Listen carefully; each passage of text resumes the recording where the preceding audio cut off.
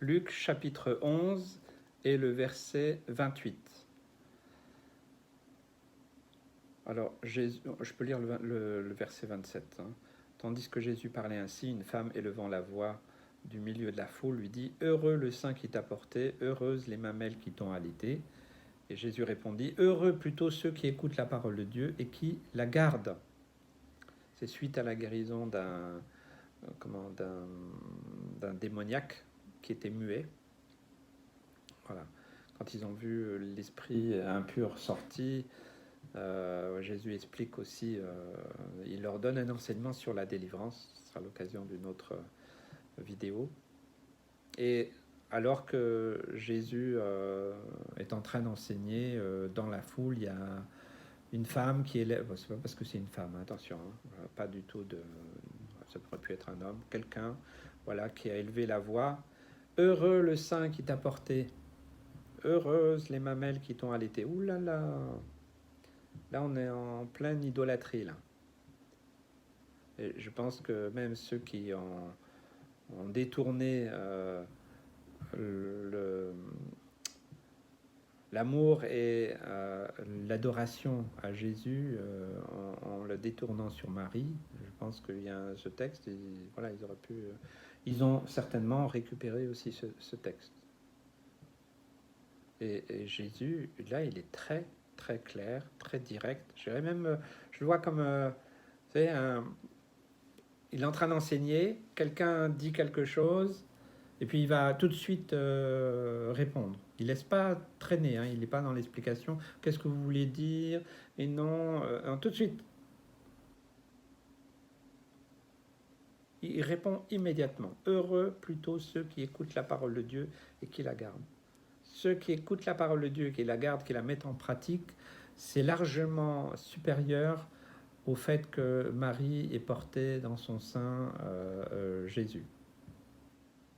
Donc Jésus, il avait la connaissance de toutes choses. Il savait que les hommes, après sa mort et sa résurrection, un jour ou l'autre, il savait très bien que l'idolâtrie allait venir.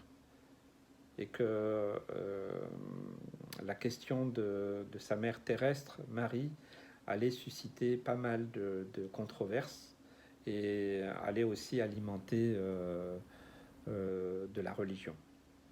Donc sa réponse, elle est très sérieuse, elle est directe, elle est aussi très claire. Donc si nous connaissons la parole de Dieu, si nous connaissons le plan de Dieu, si nous écoutons réellement ce que la parole de Dieu dit, qu'il la garde, qu'on la met en pratique, on ne peut pas affirmer ça. Nous savons et nous connaissons les circonstances de la venue de Jésus. Oui, Marie a eu une part qu'aucune autre femme n'a eue, et nous la respectons pour ça. Voilà, c'est une femme qui a vécu quelque chose d'extraordinaire, ça c'est clair. Mais jamais dans la parole de Dieu, il nous a demandé de l'idolâtrer, de prier pour elle, qu'elle serait un médiateur.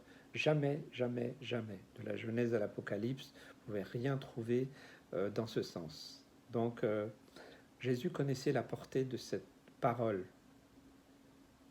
Moi, je dis, c'est pas cette femme ou c'est pas cette personne qui a parlé. Moi, je vois cette voix venue de l'enfer. Une voix qui vient pour saccager, détruire, détourner le message de Jésus. Détourner les yeux des personnes, la foi de Jésus, et la détourner sur un aspect très humain, très charnel, très limité, qui était finalement cette femme, voilà, c'est la mère de Dieu, il faut, voilà, elle a porté le Christ et ceci et cela, et voilà. Là, je dirais, il ne s'agissait pas d'aller encourager ça, et Jésus ne le fait pas. Et je crois que c'est vraiment important pour nous aujourd'hui qui vivons dans un monde religieux où des hommes et des femmes sont idolâtrés. Moi, j'aime bien cette cette discussion entre un curé et un pasteur. Alors ils discutent, c'est bien d'avoir des bonnes relations les uns avec les autres. Moi je ne suis pas œcuménique, mais voilà, dans le respect, on peut respecter les uns les autres. Ils discutaient, et puis le curé dit, voyez, nous on a plein de saints dans notre église, voilà. Et puis le pasteur il réfléchit, puis il dit, chez nous les saints on les met sur les chaises. Nous sommes appelés des saints, nous n'avons pas à adorer, à prier des saints. Nous pouvons nous rappeler de la foi de nos anciens, de ceux et celles qui ont marqué. Oui, moi j'aime regarder la biographie d'hommes et de femmes qui ont marqué notre génération, l'histoire de l'Église. C'est formidable, mais nous ne prions pas pour eux, nous ne les adorons pas, nous ne les mettons pas en épingle. Vous voyez, il y a des religions comme les branhamistes qui ont détourné, hein, à adorer plus un homme et tant d'autres. Malheureusement, non, il n'y a que Jésus-Christ que nous devons adorer, que Dieu. Et ça, c'est important. Donc, ne nous laissons pas avoir par des paroles qui semblent être extraordinaires. Vous voyez, là, oh, heureux le saint qui t'a porté, heureuse mamelle qui t'ont allé. Oui,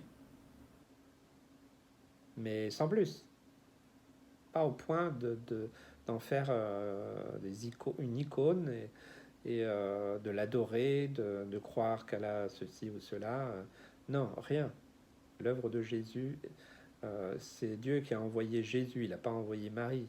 Marie a eu une mission, elle a eu un rôle dans tout ça, mais elle a accepté la mission. Elle lui a été proposée, elle n'était pas obligée d'accepter. Et je crois vraiment que nous devons faire attention dans le monde dans lequel nous vivons, de ne pas détourner nos yeux de Jésus. Tout ce qui détourne les yeux de Jésus, qui va sur un homme, une femme, quelle que soit son époque, alors c'est de l'idolâtrie. Et c'est ce dont Dieu a en horreur. C'est pour ça que Jésus le rappelle. Oula, mais ils sont en train d'idolâtrer ma mère terrestre. C'est pas possible.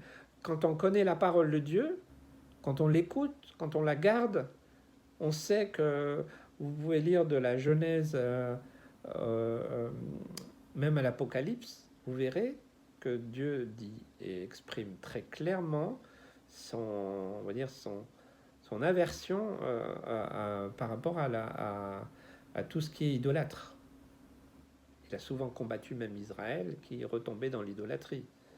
Donc ça, c'est vraiment quelque chose qu'on ne peut pas admettre, qu'on ne peut pas justifier d'aucune manière. Maintenant, bon voilà, des hommes et des femmes, il faut les aimer, il faut avoir plein d'amour, de grâce et de compassion, mais il faut aussi rectifier, gentiment, mais rectifier. Voilà, moi, quand des personnes disent, bon, écoutez, montrez-moi.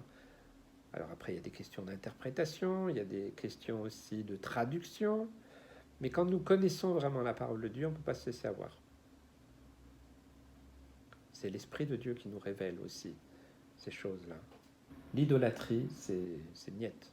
Donc voilà, c'est clair. Le seul que nous pouvons adorer, c'est Dieu le Père et Dieu le Fils, le Saint-Esprit, que nous pouvons qui est là pour être un consolateur, pour nous guider, pour nous conduire justement dans toute la vérité, dans la connaissance du Père et du Fils.